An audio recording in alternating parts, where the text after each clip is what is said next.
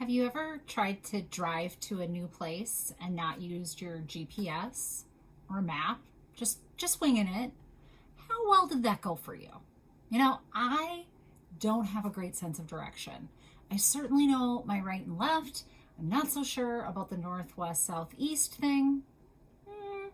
So when I wing it, it's kind of a crapshoot, if I'm being real with you.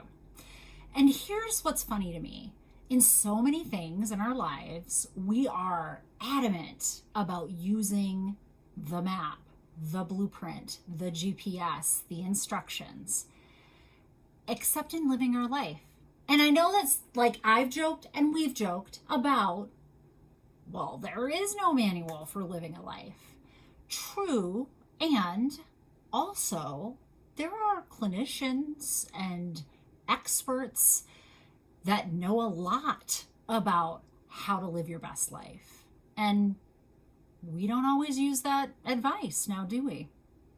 Hi, I'm Dr. Natalie Marr. I'm a life transition expert, and by trade, I'm a clinical psychologist, and I've sat across that couch from people for thousands of hours in the last 2 decades.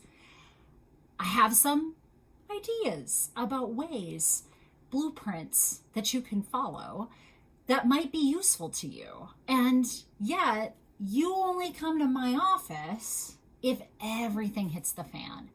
And I'm like, that's not the best time to be helpful for someone.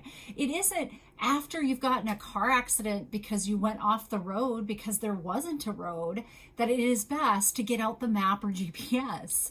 It's best before you even start the trip or when you're midway and already know this ain't going well, people, right?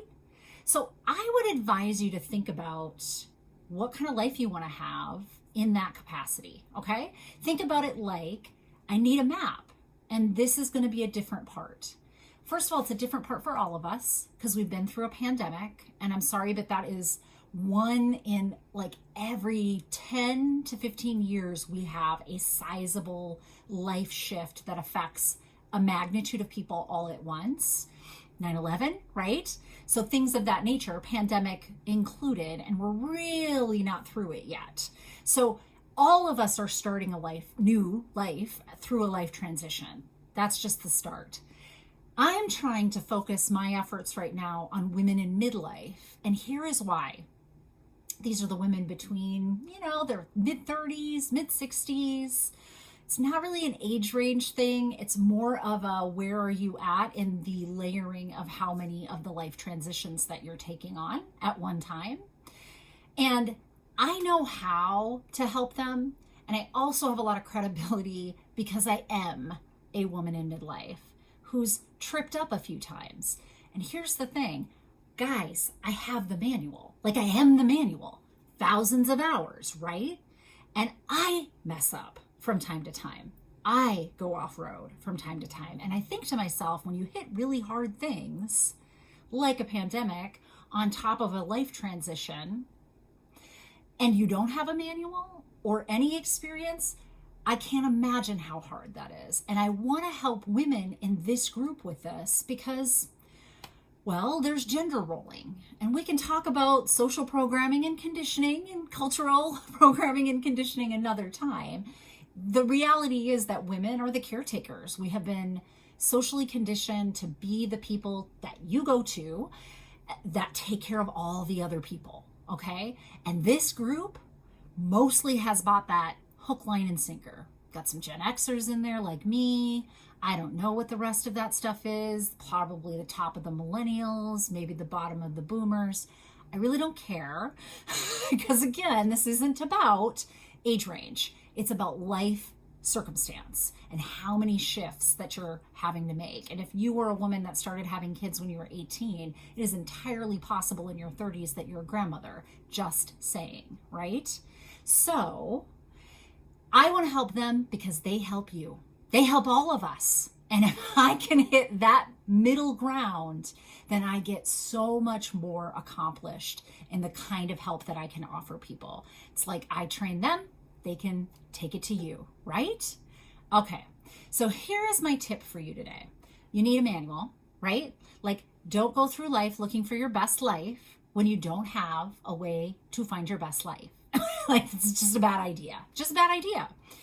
And even if you're, that's a turn of phrase that's become popular. But even if it's not that, if you just want to like your life again, like you're just tired, maybe even exhausted, and it feels like there's just no point. Like everything I try doesn't seem to work out. I want you to be a little introspective about everything I try.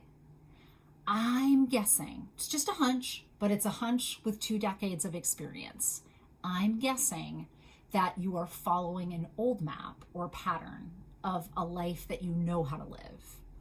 Or you are following a socially programmed map, like what you were taught to want, what you were taught you would like, what you were taught that you should do, right?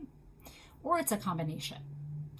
And it's leading you to the same places of exhaustion, feeling burned out, not really liking your life. Let's throw that map out and start over. Over here is endless possibilities. Now, I am not a guru. I am not an Eastern philosophist. What I am is this clinical psychologist, and I can tell you that there's this thing called cognitive bias. What is that? It's the way our brain works. If you tell a brain to do something, it focuses on it. If I tell you to look around the room behind me and look at what do you see that's blue, you could name 4, 5, 6 things right off your hand. Now close your eyes. Tell me how many things that you saw that were red. Right? Open your eyes back up, by the way.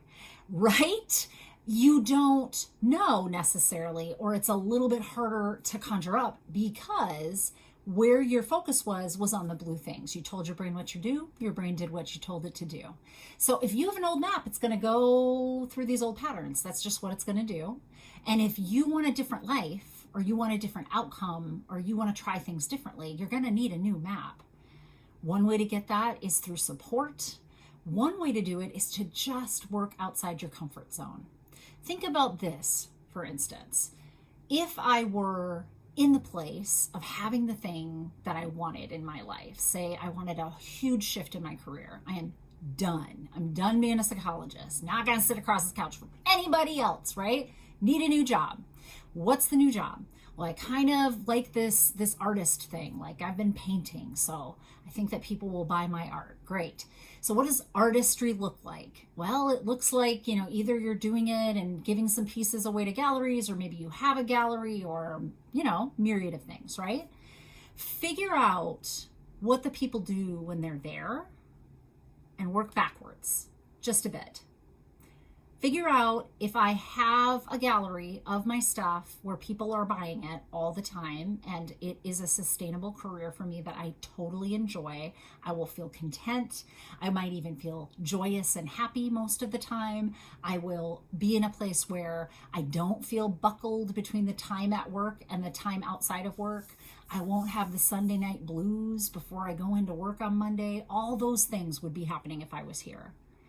Now come back here and start acting as if you're already there.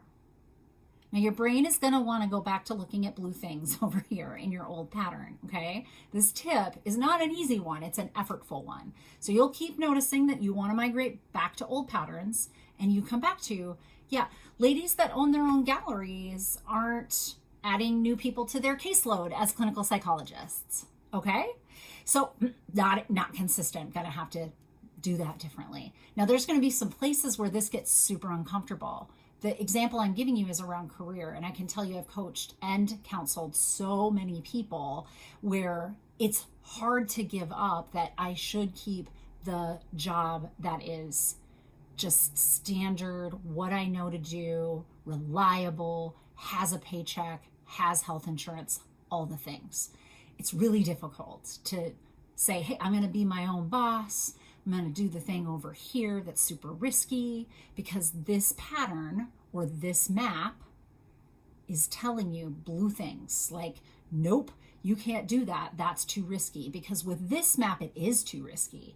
But with this one, you can go anywhere you want to go.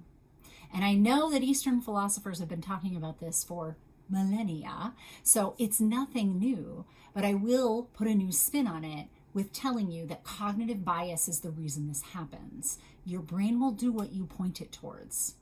So where are you pointing your brain?